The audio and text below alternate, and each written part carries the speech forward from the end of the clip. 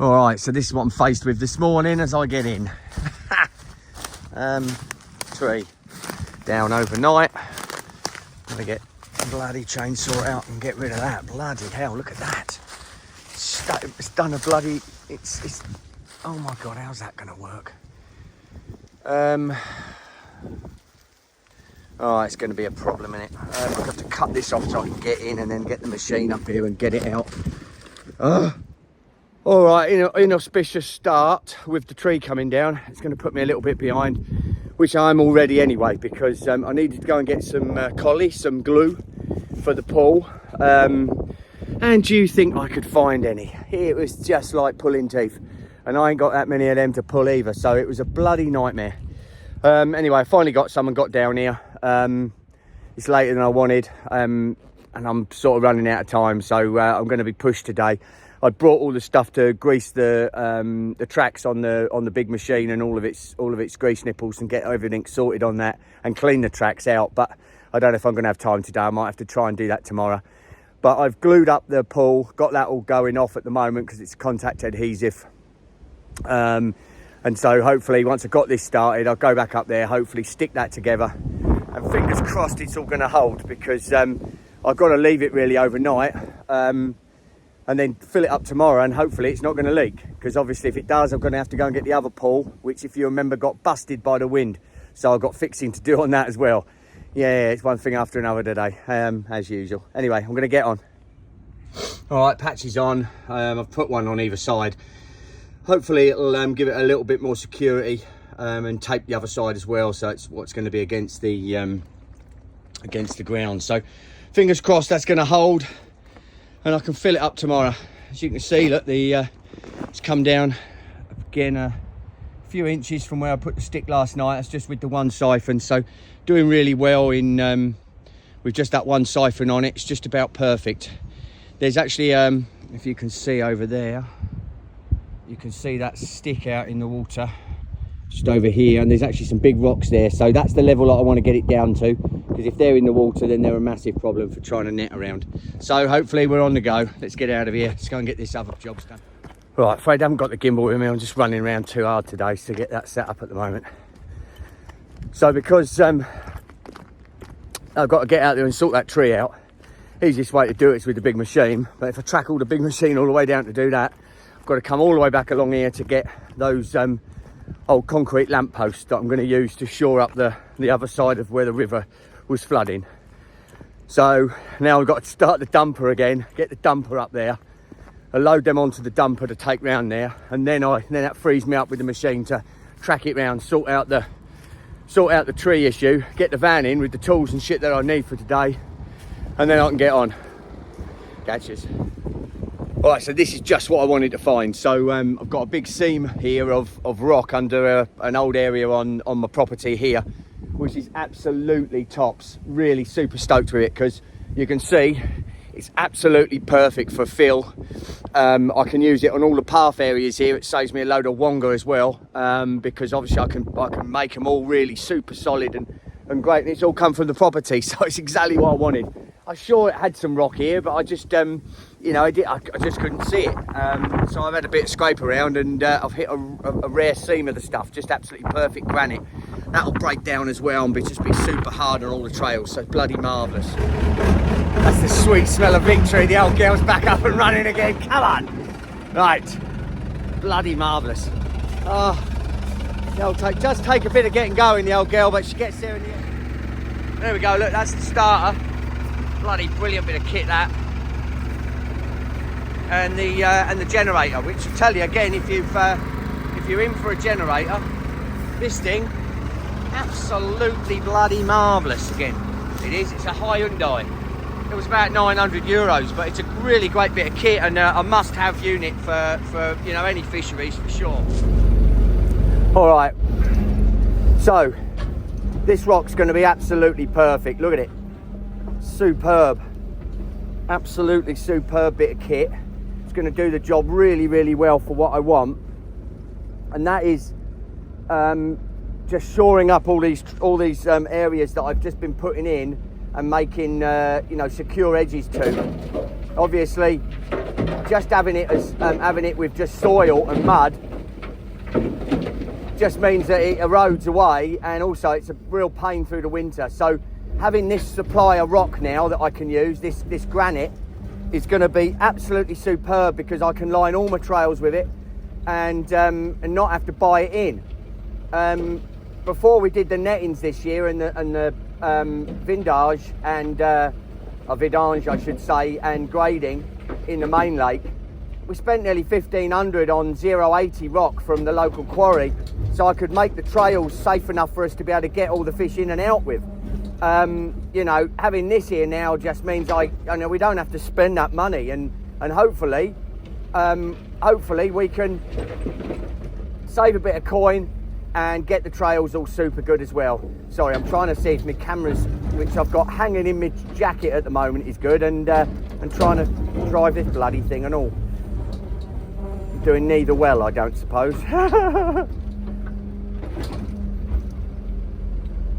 Anyway, you get the gist of it. I'll get the old girl back, get this lot of rock in, then I'll sort that out over there and get this rock on the ground. And then I can take those, get off. Sorry.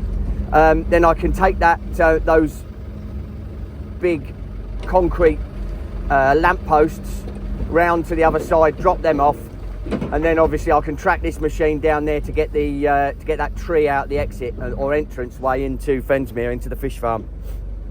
All right, let's see if it's all right. We've got the big girls loaded, so I'm just going to take these round, drop them round there and slide them off, and then I can manoeuvre back and get that tree sorted out on the entrance way, and then we can get on with the day properly. Yeah, bloody great. Might have a cup of tea then. Actually got a throat like a Comanche's moccasin again at the moment. Well, there we go. That's it. That's finished. Job done. So that's basically similar to what I'm going to do around at the around on the river. Hopefully I can bring it up a good foot and save any issues and problems. But obviously on the river, instead of having a tree on one side, I'm going to have trees on the lake side. I'm going to have the concrete, the old concrete lampposts on the other, and have them staked in. They can't go anywhere. Maybe a few bags of beton in between them as well, just to make sure they're super solid. Anyway, let's get on, get the job done. Ain't got long. All right, so trying to move them trees, it was bloody carnage. That big tree was held up right between one tree like a split trunk to it, and it had gone right down in the middle and was hanging in there. So it was just bloody near enough impossible to try and sort out. And while trying to sort it out, it actually split the other tree in two. The other tree came down at the other side of that tree, which was a big one, came down the other side, trying to clear up all that mess, and a little branch, something's just gone and buggered one of the little hydraulic hoses here. Look at this little bugger, which is the hydraulic hose that controls taking the bucket on and off, which I don't need to do. So it's, in that sense, it's not too much of a problem, but of course it's leaking hydraulic fluid everywhere. So I've got to go home and get us some mole grips. I think I should be able to just put some grips on it for now and make sure, because it's not really got any pressure on it until you activate it, and it's what locks the bucket on. It's like a quick hitch, and so it shouldn't be a problem if I can get some moles on it, crush that up, and then once I've done what I need to do with it in this next couple of days, I don't need to touch it for a couple of weeks, so I can get the engineer out, the service guy out, fix it, put a new hose on there, a new hydraulic hose. I tell you, it's never ending, never bloody ending. Hey? Who wants to be a fish farmer? Hey, we'd much rather be bloody fishing, I can tell you that. So anyway, as I showed you earlier, the path's all done there. Really happy with that. That's going to be a pucker job, and it's really secured that area nicely, which is tops. I'm just going up here check how the check how the patches have gone on the swimming pool. I said I couldn't get a specific swimming pool collie or glue, so I've used one that you'd use on wetsuits. Says it should do all different plastics, and it's got that flexibility, so fingers crossed it's going to hold and it'll be all right. Just check how the lake is, how the old fish is. Yeah, they're all doing all right, aren't they? Good boys and girls. Right, I'm going to check all this. Then I'm going to go and shoot home, get back, get the mole grips, and then it means I can get back and get on with getting those big concrete poles up along the river. Right, I thought I'd put some water in and just check that patch. Looks to be good. There's some water coming out still seems to be from underneath the... What's going on? You're supposed to be keeping a track of me. There is still water, seems to be coming out from underneath. So there could be another holier than holy in there, but I'm hoping that it's just... Obviously there would have been water build up from when it all leaked out, and now that there's pressure on that water in the pool, as the water's gone in the pool, I'm hoping that that's what's being pushed out. But I've just marked it, put some water in there, marked it, and I can check it. There's another one, got another hole to fix. I couldn't see any. Right, let's get home. I'll have a brewski en route, have my sarnie, and then where's the dumper gone? There it is. Oh, of course I brought it over. I was thinking I'd left it over the other side of the river there, but I always bring it over here just in case I can't start the bugger. Right, the catches. All right. Right, we're back. I fixed that leak. I actually put a bung in it and zip tied it. Now I'm just giving this an oil. Now these things are brilliant, much better than a hand grease gun. And these things are an absolute must. If you have things to grease, guys, get one of these, which is a lock-on end. Absolutely bloody brilliant bit of kit. Thoroughly recommend. They're really cheap on eBay as well, so just makes life so much easier than them bloody nipples that just keep firing off, you know, and dropping off, and you can't get anything in. Even with grease nipples that seem to be bunged, this thing just fires it in. Brilliant. Well, that didn't work. Didn't go according to plan. In fact, it's pretty problematic, to be fair. I took the long concrete, the old lampposty things that they have and they've used here before to do the retaining walls along this river. It was done, I don't know, whenever this was done. Basically, it would have been, I don't know, 30, 40, 50, 60 years ago. Now, of course, the 6-tonner's not working. The hydraulic stuff, something happened to it, and I've still not been able to sort it. I've still not been able to get any engineer or anyone to come out and any mechanic to come out and sort it for me, which is, you know, pretty typical here, unfortunately. So I've had no problems tracking the 16-ton around there until now, and it's just, after all that last lot of rain, it's just too wet. So basically the whole of the bypass channel, in my opinion, is floating on the water table.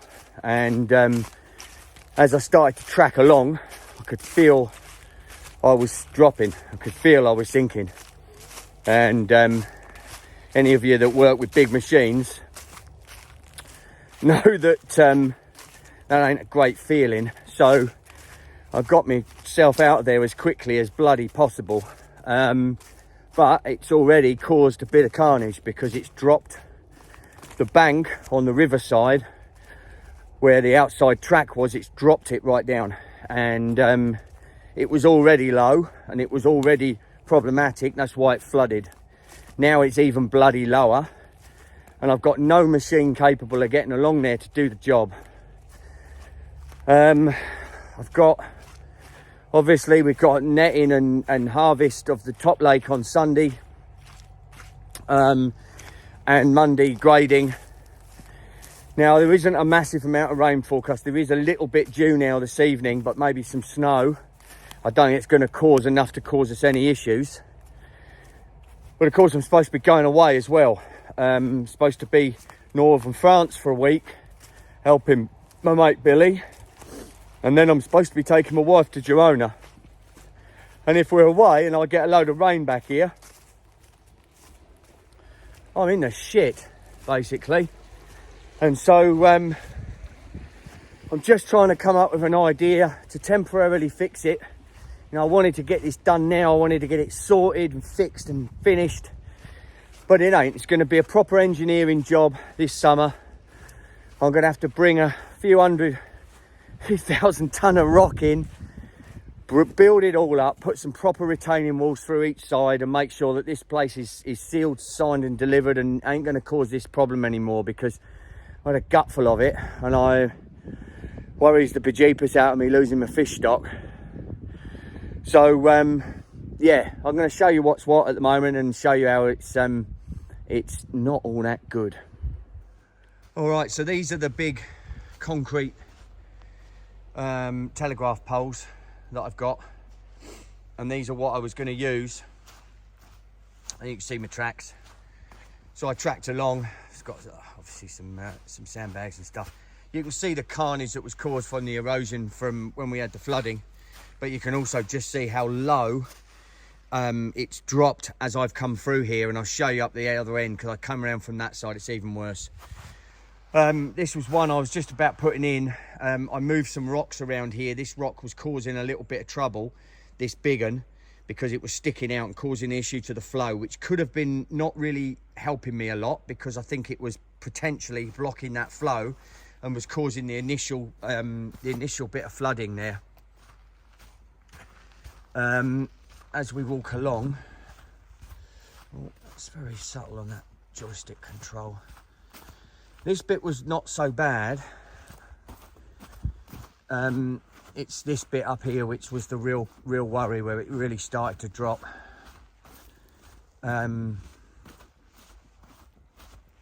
Again, you're probably just about all right here, but it's this corner. You'll see it now as I come through here. There we go. Look at that. It literally just sunk on me. Look at that. Really not very good at all. Yeah, really worrying.